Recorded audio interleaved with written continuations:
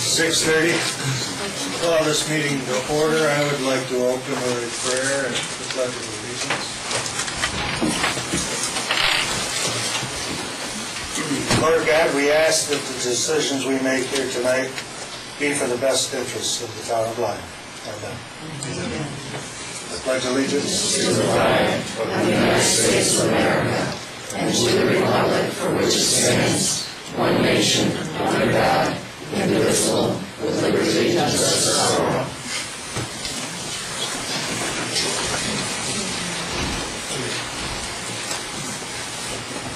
We don't have an agenda. This meeting has been called for the board to review the reports that have been submitted by the two Wind committees. I want to thank those committees for their time and their hard work. I know it wasn't easy. So I'm not going to have any public discussion. I don't want to get into any debating tonight. This is a meeting for the town board to discuss what they'd like to do. There are members of the Wind committee here. If the town board asks questions, naturally they'll be able to ask those chairmen any questions they have. So with that, I'll open this up to the town board. We received the reports. Is there any thoughts, ideas, or discussion? Who wants to start? I'd just like to comment, and I too would like to thank all the members of both committees. I've read this report a couple of times now, and I find it to be very comprehensive. I think there's adequate representation from all sides of the table, and in some instances it may lean one way or the other, but we've had additional reports or additional comments from people or letters from people or committee members that clarify some of the issues.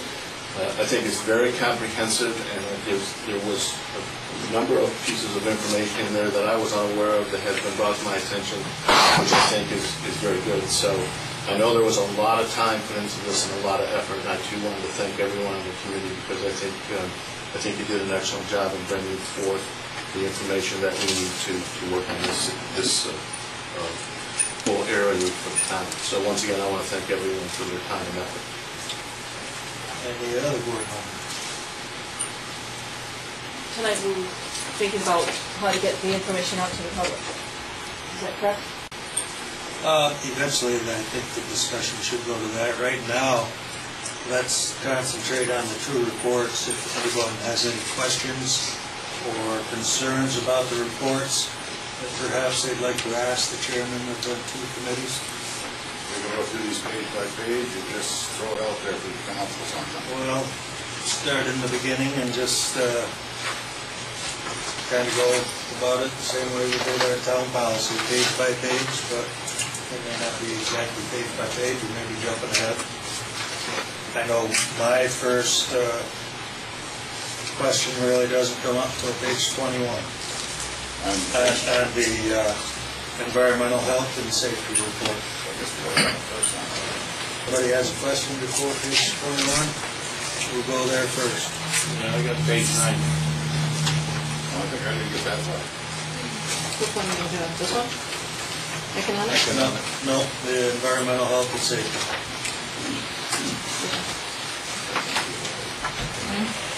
Well, the first thing is actually on the first page. Where it starts talking about the draft comprehensive plan. The letter we got from Paul tonight did say something about that. But one of the reasons for tabling the comprehensive plan was to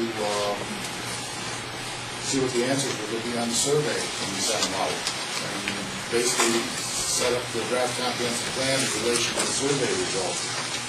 We even mentioned the comprehensive plan before we send out the survey, so like putting the cart before the horse. I disagree. I think tabling the comprehensive plan was a mistake. It's very similar to the 1999 comprehensive plan. It was done after 2 years of study and work from various groups, and there was a survey gone out to the community that stated that the scenic area of Lyme and the quiet, I can't remember the exact words right now, were the top value to living in the town of Lyme. So that question about scenic beauty was already answered in a survey it wasn't directly related to wind turbines. But I feel that tabling this plan was a mistake. I agreed to it because you guys wanted to, but to say now that we can't send this out because maybe the comprehensive plan hasn't passed, I think is a mistake. The work has been done on that comprehensive plan. And if it weren't for a couple of people that want wind turbines on their property, this would be passed. And I will mention that I want a good open discussion like this. This is the reason I asked for Steve Lee Productions, so that the public can view the video, which will be on the website, so you can have your point of view, you can have your point of view, arguments, counter-arguments. So let's have good open discussion. But I notice every place they put it down, it does say draft comprehensive plan. So I mean, it's not down as is law.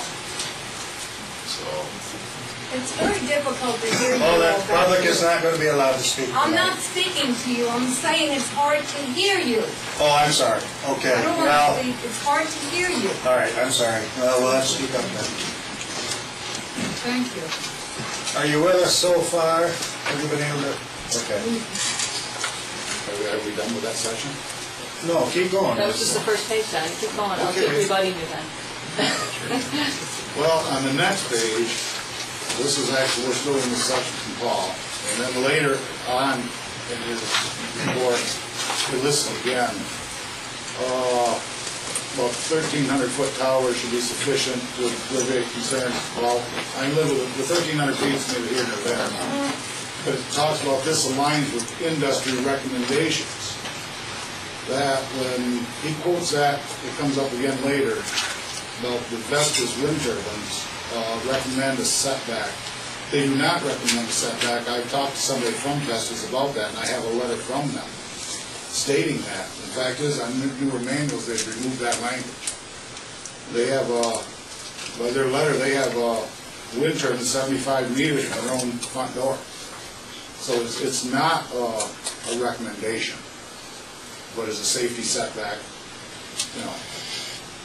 I still agree with the old 2.5 times that we were talking before, but that's neither here nor there. But When ice throws 2,800 feet at its maximum, 1,300 feet isn't enough. And back in the report, you'll read that. It's got a scenario on ice throw. And in the North Country, that's important. I read that recommendation that Vestas had on their website at one point, and they've taken that language off. It was, I believed it was 15, was it 1,300 or 1,500 feet? Well, they required their workers in the zone area to wear hard actually, hats and to stay out of the area as much as possible. no, that isn't what it read. That was for catastrophic failure. I mean, you can go and stand within 150 feet of a Vestas wind turbine right up on Maple Ridge right now. What was the language then that they took out, that you say? Because I did read that they required their workers to wear hard hats. Yeah. But by their letter, they said some opponents of wind projects have argued that this statement identifies a safety zone around a turbine in normal operation. The statement was inserted in the manual as a common sense precaution in the event of specific types of turbine malfunction, including overspeed conditions or fires. Well, common sense would tend to lend that you had a fire. Well, a while back, I was outside at 4 o'clock in the morning. And at my house, I heard a gas tanker unloading nice and easy.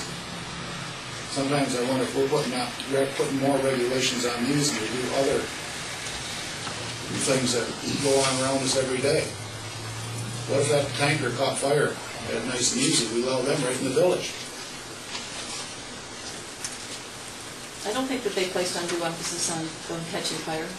I believe that it was stated that No, I think those... we're placing undue influence on what ifs and or buts could happen to these. In this report, it pretty much stated that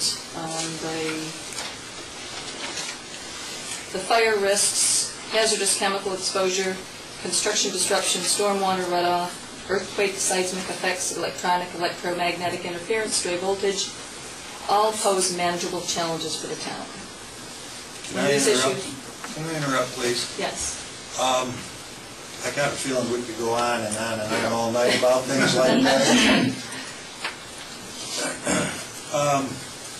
Let me ask the board how you feel about this report, if you would be willing to submit this to the people as written, as long as we can go through quickly, express our concerns about particular points. Now, sit here and debate those particular points, but just each board member, if they have a concern, express it so it's on the video so that the public knows there's a concern there.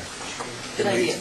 Can we do that? I am in favor, myself, of submitting to the public what has been submitted to us. Second. With very few changes. Well, I don't know, that may, if you're adamant about that, we may have to discuss that, but this is the purpose for the video, so that the public knows the board members have some concerns, they can hear those concerns, and they can think about it themselves and make up their own minds. I'll make that motion. I'll second it. Okay, Warren made the motion, Bruce seconded it. All in favor, say aye. Aye. Now, this is for absolutely no changes whatsoever. That's correct. Nay. Okay. Aye. We have 4 ayes, 1 nay, pass. So we know that we're going to send out these reports. These people on these committees work too long and too hard not to have their work submitted. There are some things that not even I agree with. I just want to get that out to the public, let them know my concerns. I'm going to keep my concerns brief and real quick tonight, but at least the public will know and they can think about it and make up their own minds. Okay, so rather than get into debates about certain issues, if something comes up, just say, this bothered me in the report. I just want the public to know that. Okay? All right. So where do we want to go next? Warren, you said you had one sooner? In the economic impact report. No, let's not jump from report to report. Oh, that's why I didn't bring it up. Oh, okay. The one thing I do want to say is throughout both reports, there are many recommendations. The committees were asked not to make recommendations. I understand it's hard not to do that. But they were, when interviewed, told we are not expecting recommendations. And that is throughout both reports. One report actually gave a page of recommendations. And that is why I voted no. Because I think that page should be removed. Anybody who's got the next one? Anybody before page 21? On page 21, it speaks again of the draft Town of Lyme Comprehensive Plan. I just made a little note that this is not yet approved or adopted. On page 22, on the environmental report, they showed a picture of the transmission lines. They're showing the metal ones. Paul just gave us a letter tonight that kind of addressed that. I didn't read the letter yet. But from what you said, it sounds like that addresses that. So, and that was my one comment on that page, was remove that picture. I don't know, board, that might not be a bad idea. I'm afraid that could mislead some people. So I don't know. I mean, if we have 1 or 2 or 3 things we decide we want to delete, that may not be bad. But overall, I'd say submit what we got. I'd like to make a comment on transmission lines, that it's always been the position of the board that we want them buried and we want them off the bank line. For the record. And I did send you all a copy of what St. Lawrence Wind sent us back in 2008, telling what kind of poles they were proposing, and it was wooden poles, so it's not the metal structures. Well, I read and although they said that the Woody St. Lawrence Wind FEIS regarding the transmission pole design, poles would be used where possible.